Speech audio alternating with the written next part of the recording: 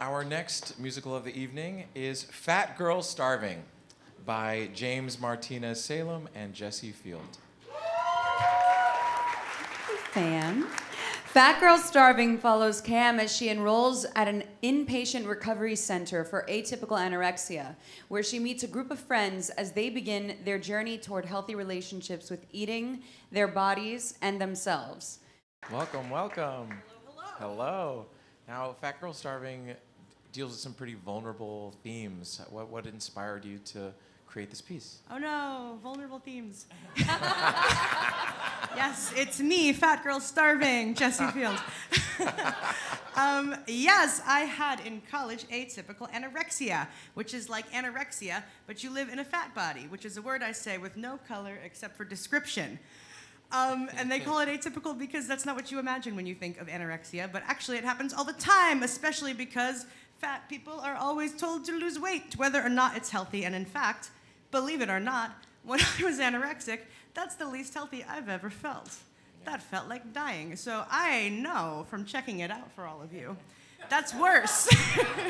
So don't do it. And this piece is really about, we start in a place of disordered eating. It is very personal for me, but we really are exploring fat phobia in society and all the ways that it affects people of all body sizes, but particularly people in larger bodies. In like so many insidious little ways. It's horrifying. Check it out. We'll talk about all the parts and also offer like joy and fun, little jokes, and full gay romance arcs. Oh. Yes. Love a gay romance arc. My favorite. And it was all James's idea to write it. So Yay. it was your idea, James. Yes, it was.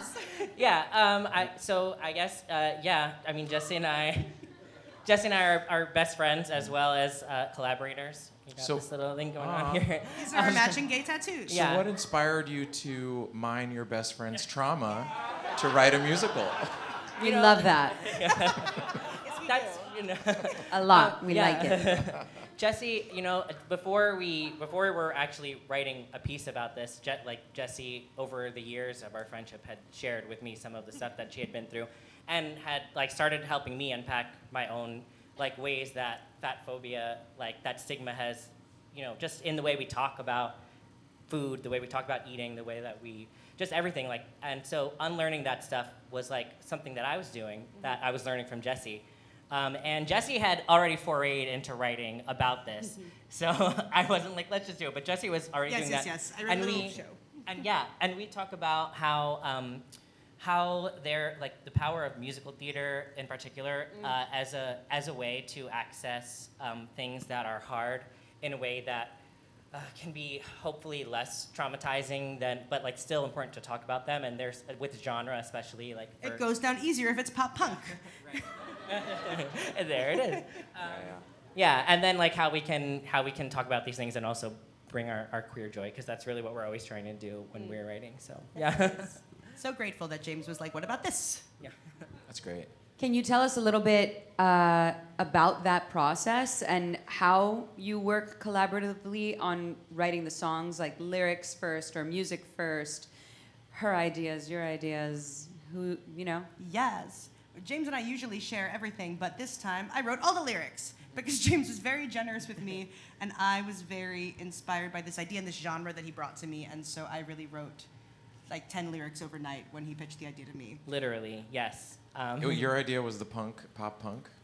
Yeah, genre? well, we were talking about genre, and I read an article in the New York Times that was a really long article about atypical anorexia, which Jesse and I had already been talking at length about. And we were just reading this article, and I was like, there might be a way to talk about this in a music, because we have been talking about how to share it in a theater space, and we're like, maybe that genre would unlock something. And then Jesse was like, oh my God, bye. And I was like, and then the next day she sent me a Google Drive folder, and there were 10 lyrics in it. And I was like, okay, all right. Wow. It's good you were inspired. It was It's inspiring. a great idea. He knows what's up, this guy. Yeah. So can you tell us a little bit about the next song that we're about to hear? A little bit of context? We sure can. Do you want to do it this time? Yeah, No pressure. We'll do it together. Yeah. So this song it's towards the middle of the show. It's basically the protagonist. It's an ensemble show, but the protagonist is Cam, who's played by Genesis, Woo! wonderfully. Oh my God, Yes. so talented. These singers.